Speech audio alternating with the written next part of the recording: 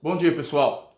Eu sou Rodrigo Bueno, analista de política internacional do portal Hermenêutica Política, e no vídeo de hoje eu vou falar um pouco sobre a aprovação do Tratado Comercial entre o Brasil e a União Europeia, que chegou ao seu texto final após uma aprovação parcial em 2019. 5 anos depois, o texto do acordo está fechado e cabe apenas aos países membros agora dos dois blocos realizar o processo de ratificação.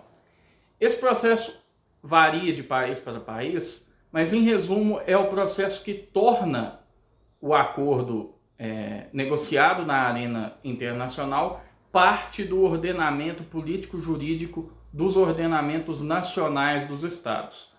Varia entre os países membros, tanto do Mercosul como da União Europeia. Por exemplo, no Brasil, o acordo é ratificado pelo Congresso Nacional e negociado pelo Executivo Nacional.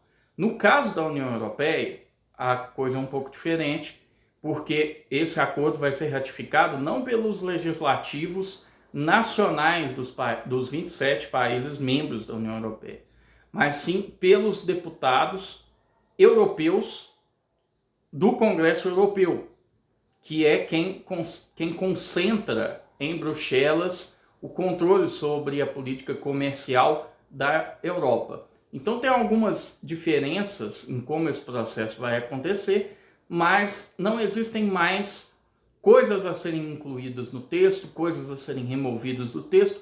O texto base do acordo está fechado, chegou ao fim e foi anunciado na última semana em Montevideo, com a presença dos principais líderes desses dois blocos.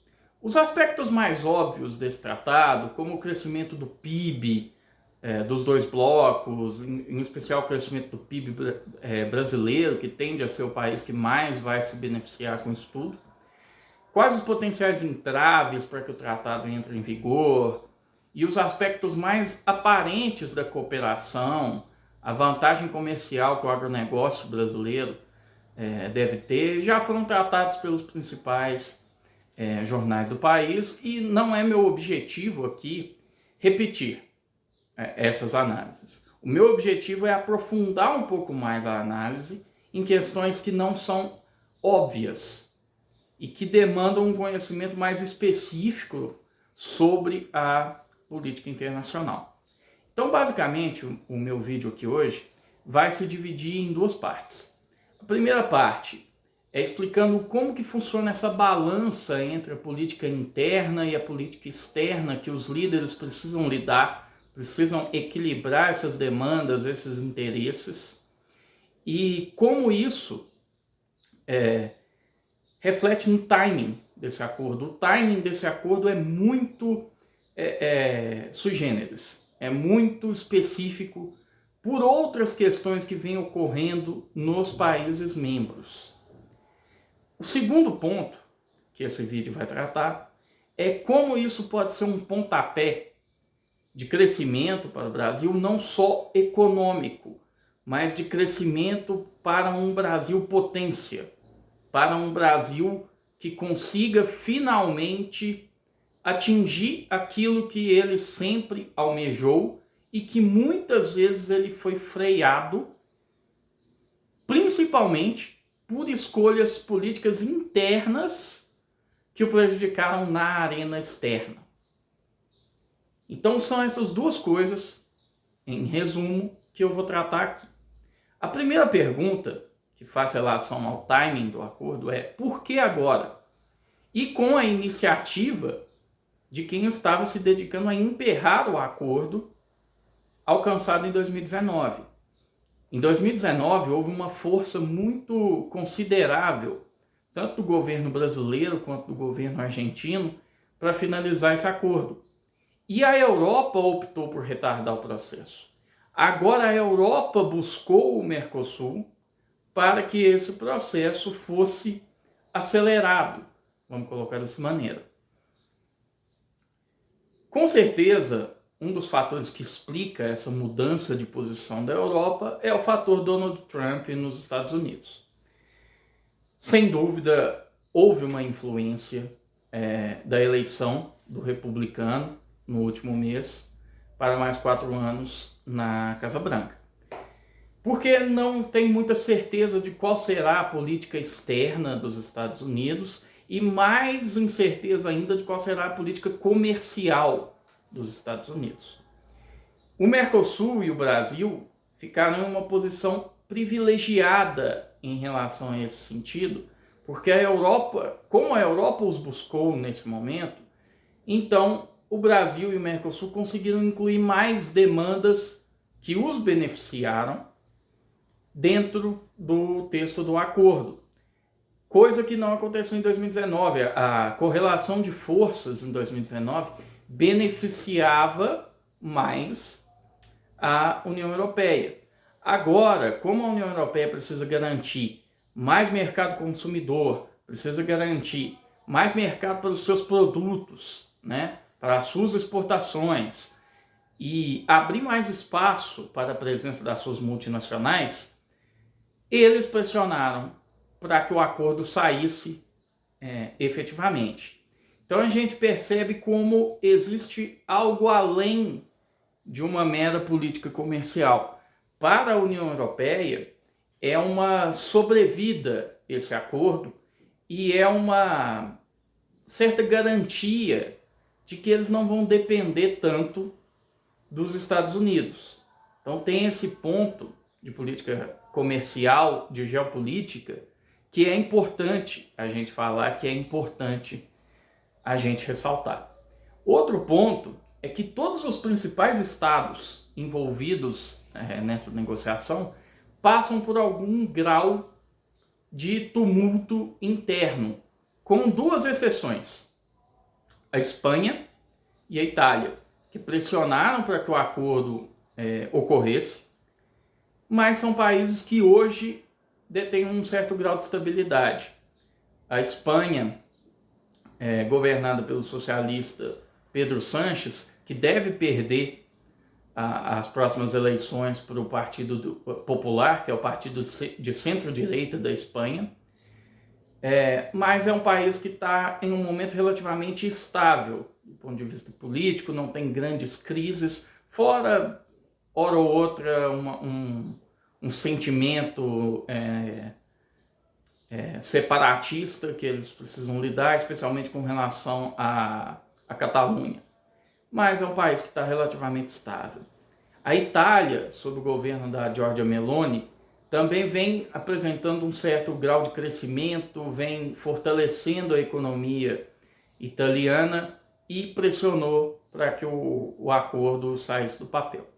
O que nos leva, curiosamente, são 2 países, né, Espanha e Itália, só um parêntese aqui, que são 2 países que historicamente sempre foram apontados como foco de crises políticas dentro da União Europeia, e hoje eles são os países mais estáveis. Ao passo que tanto a Alemanha quanto a França hoje passam por momentos políticos internos um pouco complicados. O mesmo pode ser dito do Brasil. Por quê? Nós estamos vendo que a negociação externa de um tratado tão amplo assim para o Brasil foi vendido como uma grande vitória do governo. É uma vitória do Estado brasileiro, não é uma vitória do governo brasileiro, e eu vou comentar essas diferenças um pouco mais adiante no vídeo. Mas qual que é o momento atual do Brasil? O Brasil está maquiando dados econômicos como se não houvesse amanhã. O dólar bateu o maior valor da sua história, tem estatal declarando insolvência, ou seja, o momento político brasileiro é péssimo.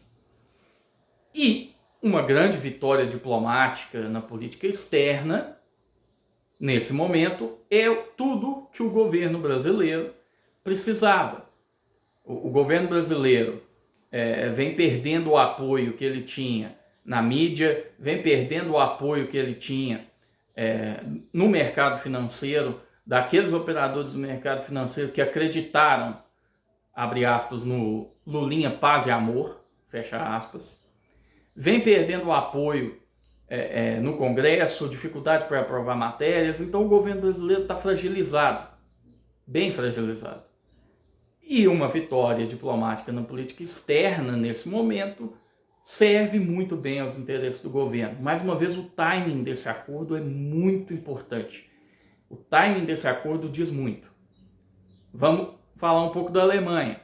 O Scholz, o atual chanceler, convocou eleições gerais, eleições antecipadas, porque o governo dele ruiu.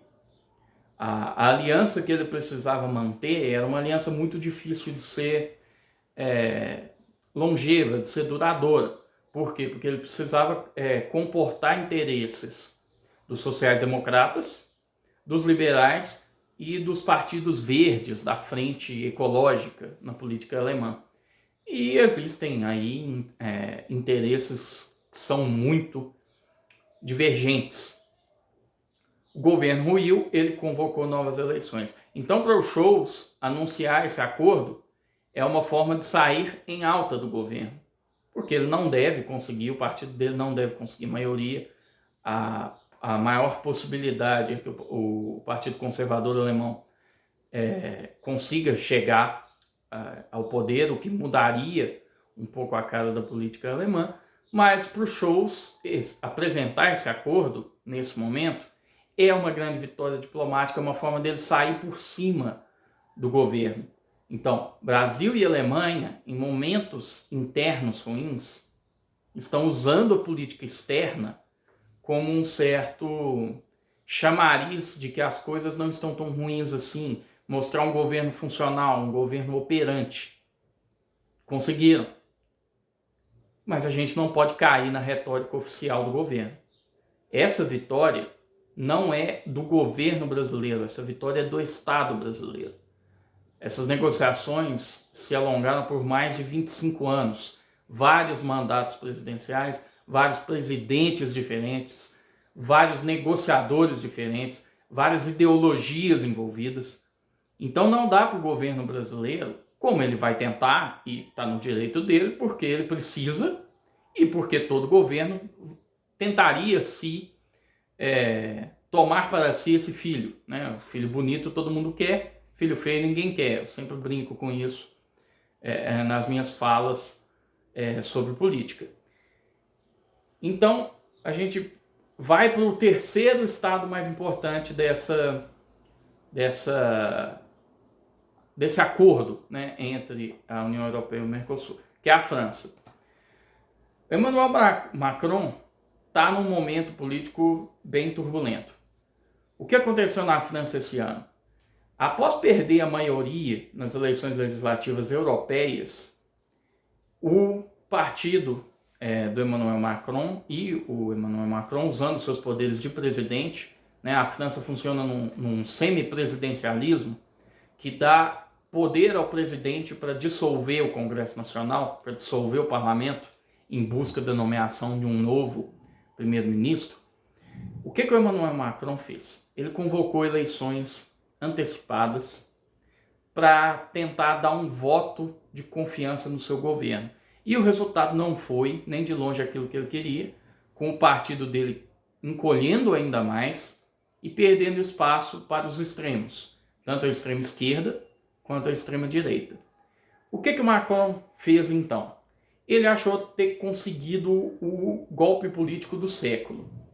Ele se aliou ao bloco de esquerda para impedir que o bloco da extrema-direita vencesse e conseguisse formar governo, mas ele não aceitou a nomeação da esquerda para o primeiro-ministro.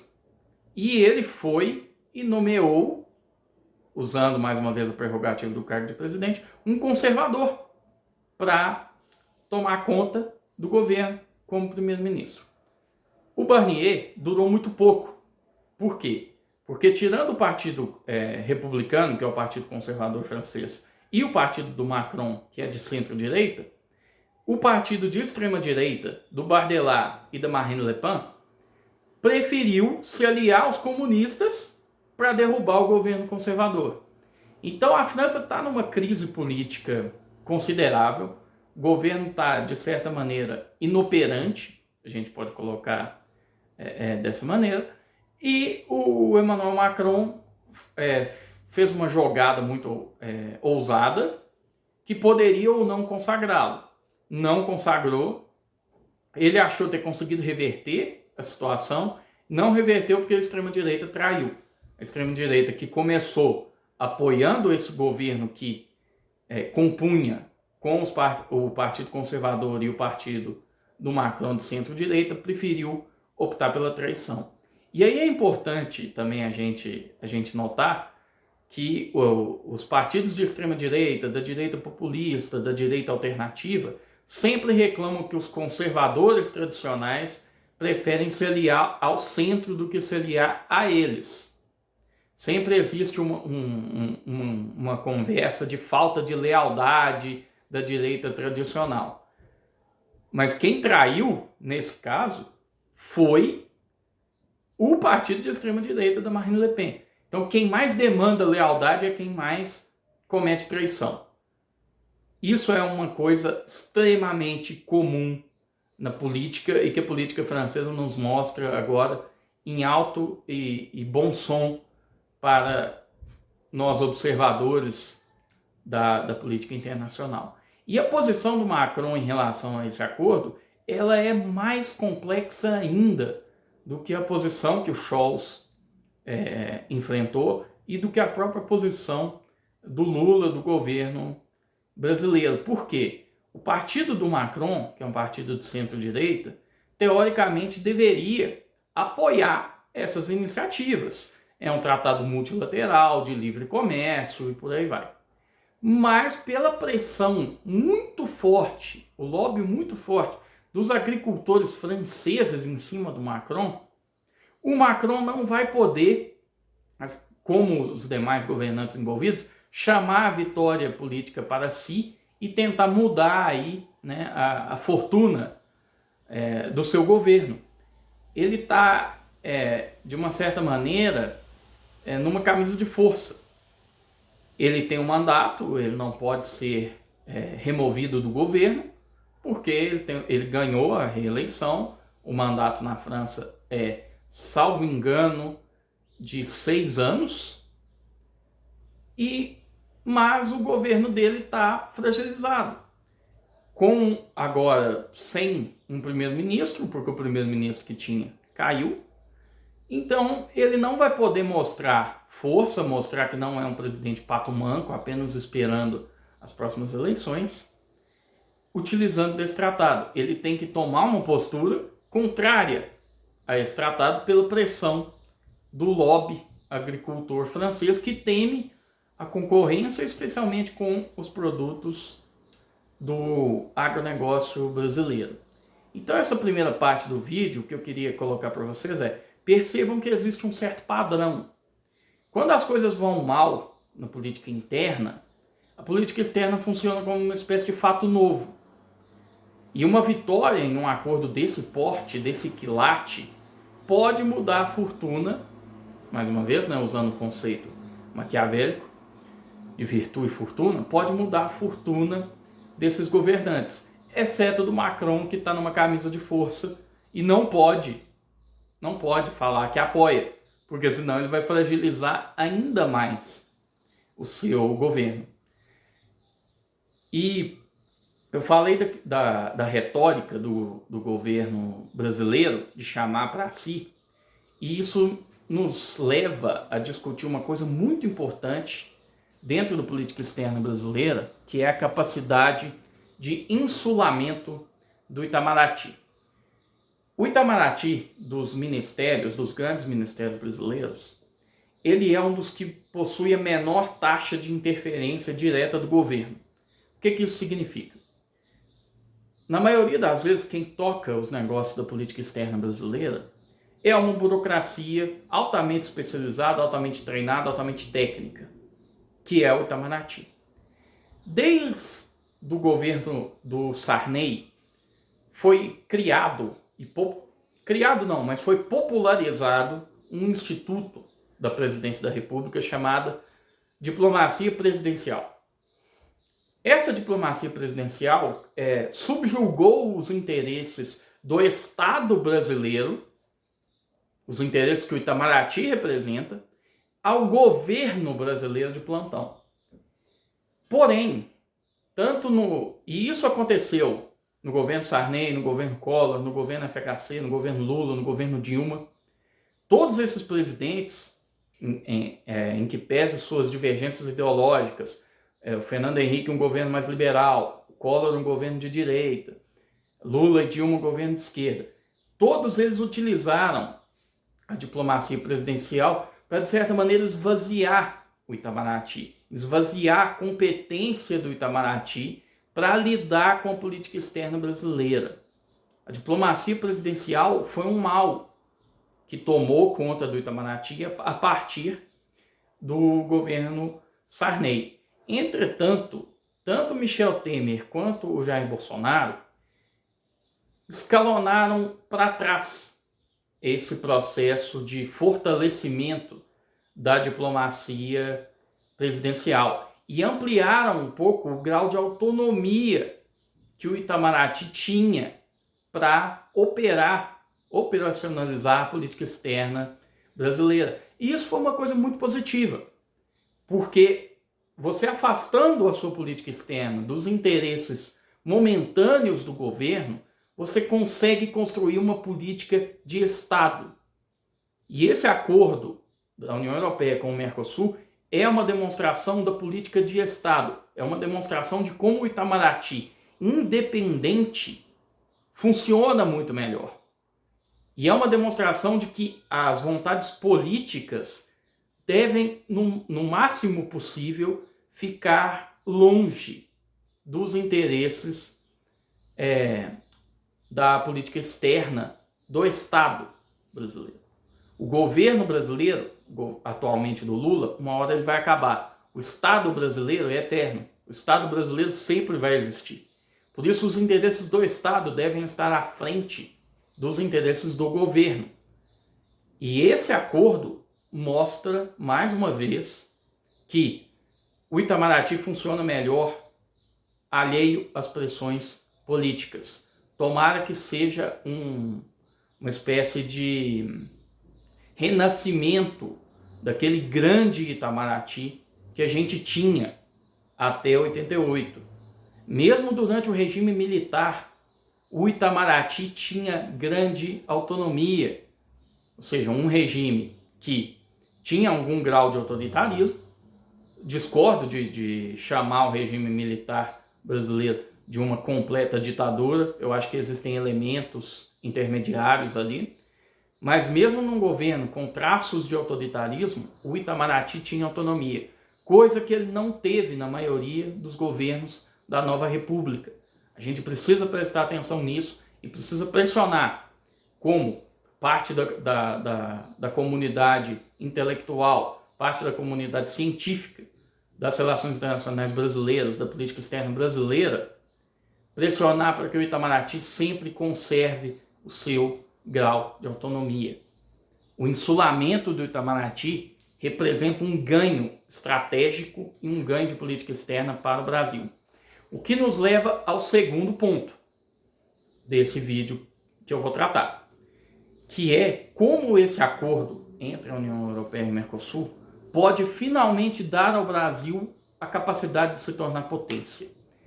O Brasil já é uma potência regional, tá certo? Uma das maiores economias do mundo, mas o Brasil não tem capacidade para sentar na mesma mesa de negociação, não tem o mesmo peso político, bélico, que o chamado P5, que é o conjunto de países que compõem o Conselho de Segurança da ONU. E basicamente a gente sabe que as relações internacionais são o jogo do P5.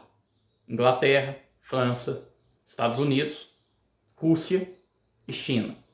As 5 maiores potências do mundo e os 5 países que determinam efetivamente quais são os rumos da política global.